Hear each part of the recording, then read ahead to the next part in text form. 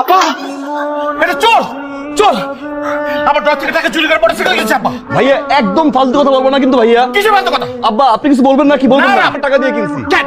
নিব না কি করবো?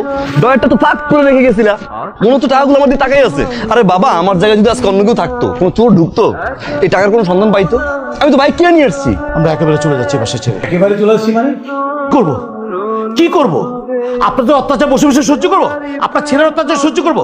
আপনার ছেলে মুরগি দিছে মুরগির টাকা দেলা, মাছ দিছে মাছের টাকা দেলা, সবজি দিছে সবজি টাকা দেলা, আমার অফিসের টাকা আমার ড্রয়ার থেকে চুরি করে নিয়েছে মোটরসাইকেল কিনছে, আমার বউকে মদ খাওয়া দিয়েছে।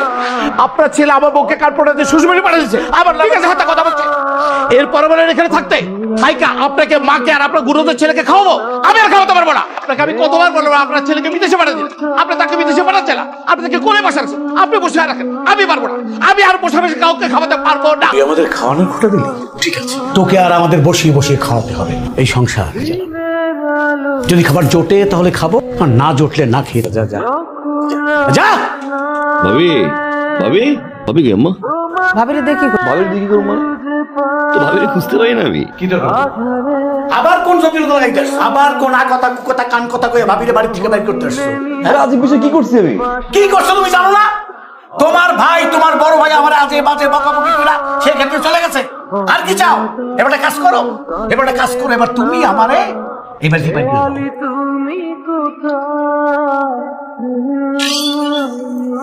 আসসালামু আলাইকুম আঙ্কেল। ওয়ালাইকুম আসসালাম। আঙ্কেল ভাড়াটার জন্য আসছিলাম। 4-5 দিন পরে দিয়ে দেবো। আঙ্কেল আজকে তো 10 তারিখ, আজকে ভাড়াটা দিয়ে দেন। 10 তারিখ তো সবসময় দেই, 4-5 দিন পরেই দিয়ে দেবো, ঠিক আছে?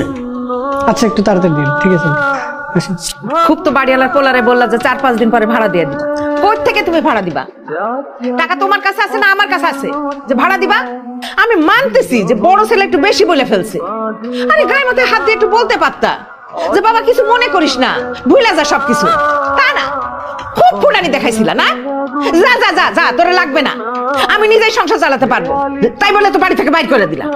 এখন এখন কোথা থেকে তুমি সংসার চালাবা সেটা আমি বলো। খাওয়া তো শেষ হয়ে গেল, দুধ কোথায়? দুধ টানতে বলো। দুধ আলারে নিষেধ করে দিছে। নিষেধ করছো কেন? নিষেধ করবো না? আরে কয়দিন পরে বাড়ি ভাড়া কি করে দিব সেই চিন্তায় তো আমি বাঁচতেছি না। দুধ আলা এসে যখন দুধের টাকা যাবে তখন আমি কি বলবো? সেই জন্য আগে থেকে নিষেধ করে দিছি। আপনি হ্যাঁ বাধ্য হয়ে আসছি। আমি আপনাকে কত ফোন দিয়েছি, আপনাকে কোথাও পাচ্ছি না। ঝামেলা ছিল মানে বেশ। ভালো আছেন আপনি? আমি ভালো নাই। আমার সামনের উইকে আমার বিয়ে ঠিক হয়ে গেছে। আপনি প্লিজ আমার এই বিয়েটা ভেঙে দেন, প্লিজ প্লিজ, যেভাবে হোক আমার এই বিয়েটা ভেঙে দেন। এখন আর পাগলামি করার বয়স আছে? আপনি দেখতে যতটা ইয়ার না লাগেন, ওটা কিন্তু বয়স হয়েছে, বিয়েটা করে ফেলেন। হ্যাঁ আমি বিয়ে করবো, কিন্তু সেটা আপনাকে। আমি আপনাকে ভালোবাসি, আমি সেটা বলতে পারিনি কখনো, কিন্তু আমার মনে হয়েছে এখন এটা বলা উচিত। আমি আপনাকে ছাড়া অন্য কোথাও বিয়ে করতে পারবো না। ভালোবাসা হচ্ছে এক ধরনের ফ্যান্টাসি, আর এই ফ্যান্টাসি মাঝে মাঝে রিয়েলিটির কাছে হেরে যায়।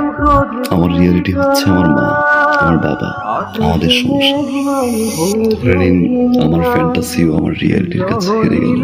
আমি আসলে এই মুহূর্তে বাবা, মা, সংসার এর বাইরে কিছু ভাবতে পারছি না। সরি, আপনি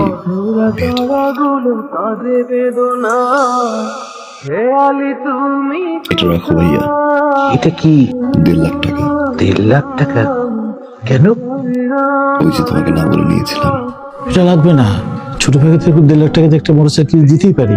রাখ, এটা লাগবে, রাখ রাখ রাখ। থ্যাংক ইউ ভাইয়া। তোমার কাছে এটা 1.5 লাখ টাকা হতে পারে, আমার কাছে অনেক কিছু। তোমার এই 1.5 লাখ টাকা আমার এই জীবনের মোড় ঘুরিয়ে দিয়েছে ভাইয়া। অনেক কিছু শিখেছি, অনেক কিছু দেখেছি, অনেক কিছু পেয়েছি ভাইয়া।